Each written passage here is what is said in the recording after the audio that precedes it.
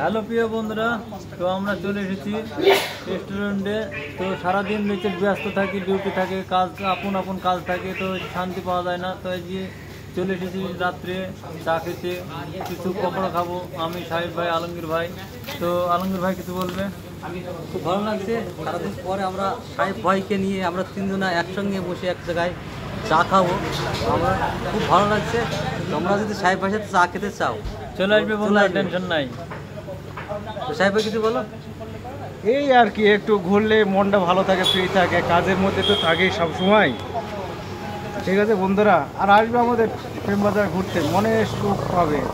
সারাদিন অশান্তি ঝামেলা এসব পাবে না, মুখের সুখ সুখ শুধু ভালোবাসা আনন্দ, এটাই হয় এটা সত্য প্রেমবাজারে। কথা, একদম গ্যারান্টি। মানসিক ডাক্তারের কাজ হবে না, ওখানে গেলে মনে আনন্দ ফুর্তি লাগবে। গোলাপ ভাই, বাস্তব কথা। প্রেমবাজারের সম্বন্ধে কিছু বলো। প্রেমবাজারে আসলে কিছু গাছগুছালি আছে, তো হাওয়া বাতাসে খুব সুন্দর লাগবে, মনটা জুড়ে যাবে। পেছনে টেনশন, কোনো টেনশন নেই, এখানে চলে আসবেন, টেনশন দূর হয়ে যাবে গ্যারান্টি। আর আমাদের জায়গাটা সুন্দর, আরো হচ্ছে, আরো হবে, উন্নত হবে একদম।